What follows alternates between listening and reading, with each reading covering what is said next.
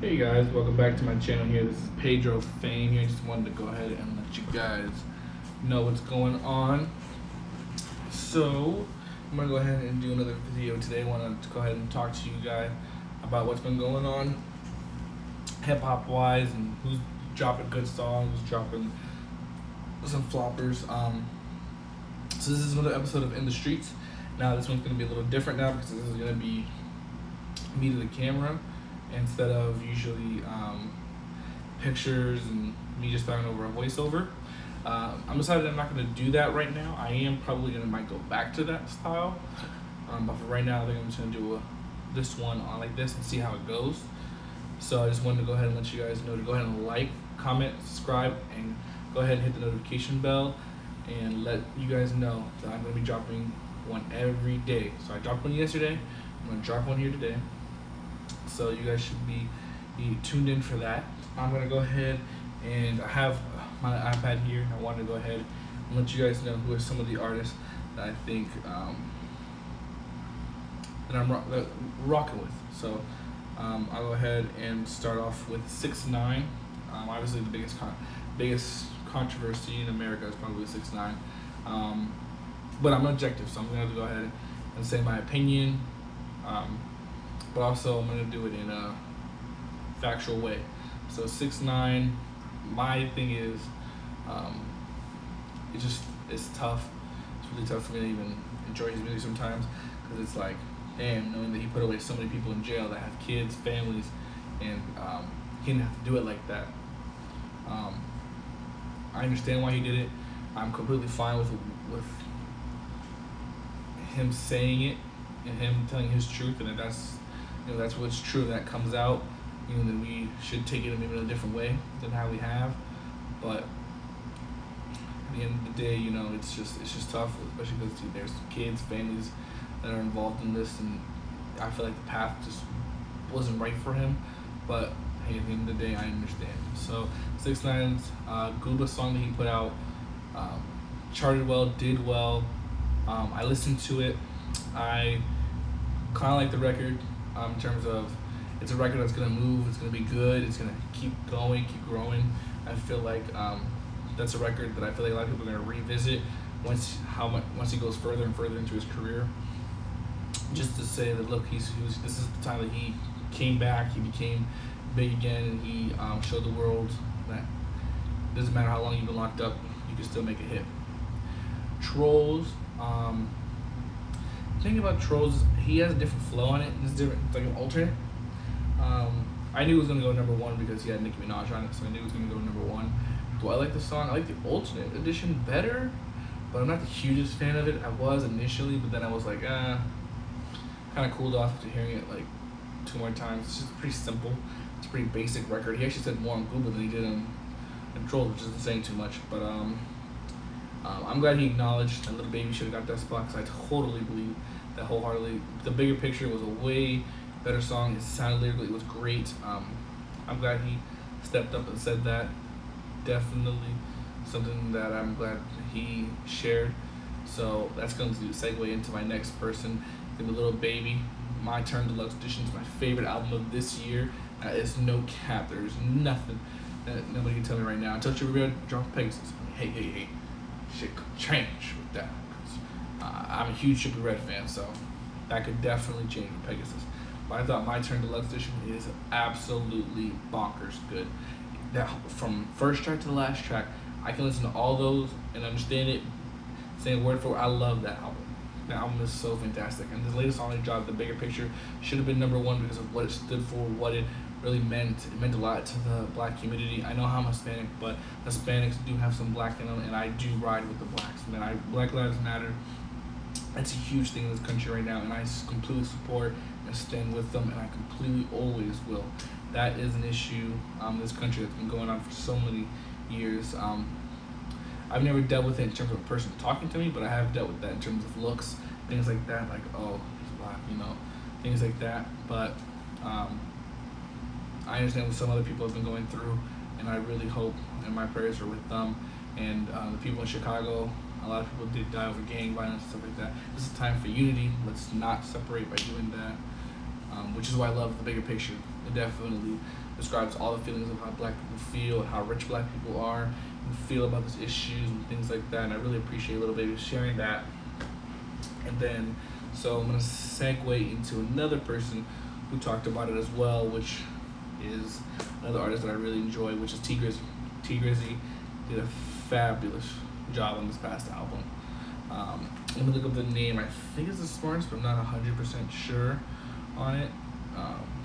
T Grizzy's latest album went crazy hard, and I think it is definitely one of the better albums that he's put out. It's The Smartest, it's called, and I love it. The intro was great. DJ Mustard did a great job of doing that track.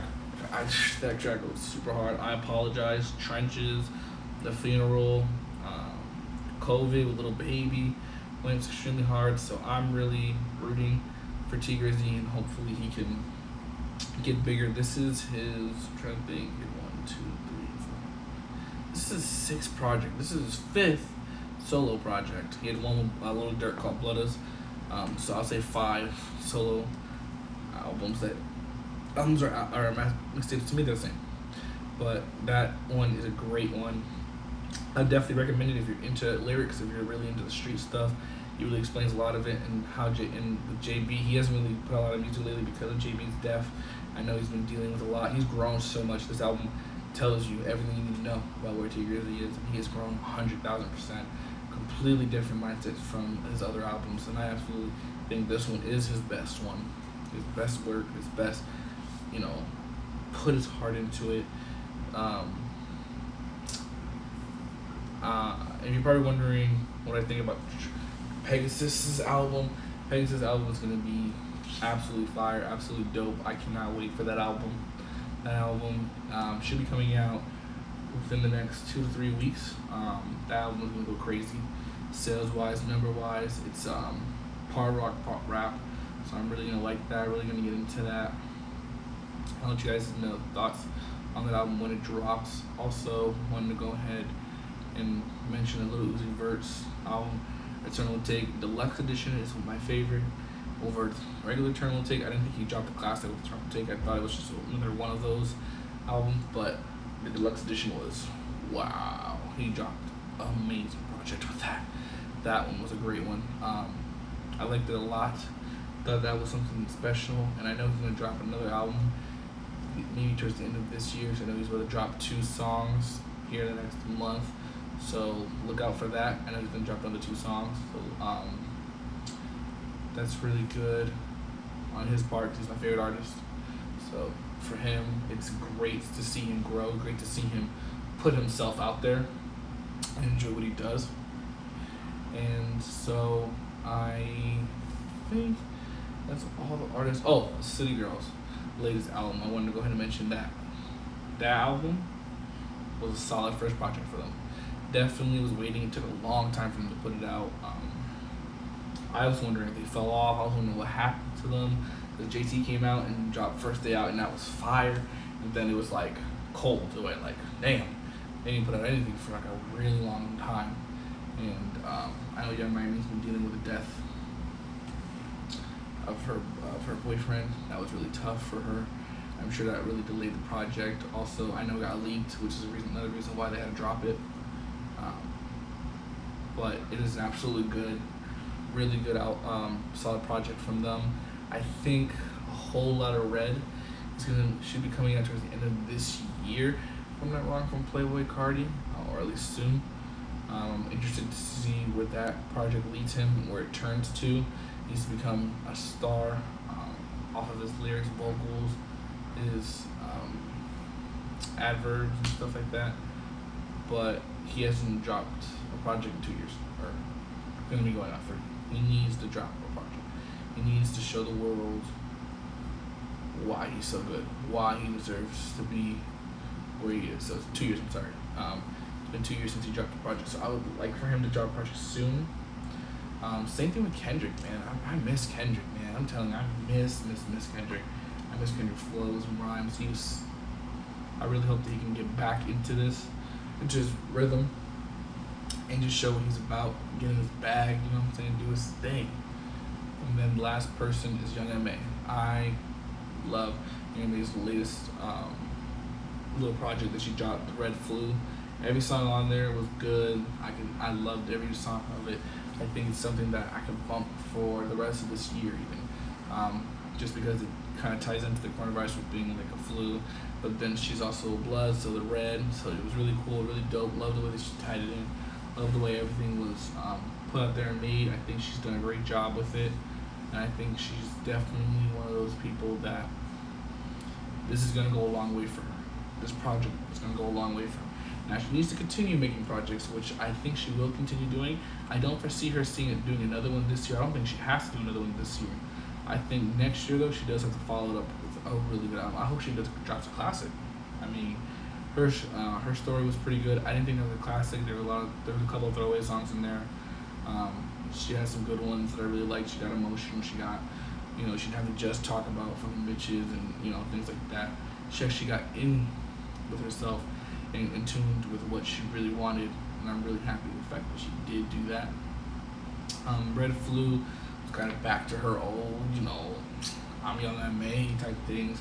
So hopefully in her next album she just drops an emotional classic, or she can drop what she's been dropping, but just make it, refine it even more to where it's just a classic album. I need her to step up one more level so she can hit that superstar, but I know she's definitely can do. I know she has a song with 5 Foreign about to drop. I think it's this upcoming Friday because she shot a video for it, I saw. So hopefully that song goes well, and hopefully her numbers continue to grow. So this has been the latest episode of In the Streets podcast. I think this is episode 5. So make sure to like, subscribe, and notification bell. Alrighty, have a great rest of your day. Stay safe, guys. Enjoy.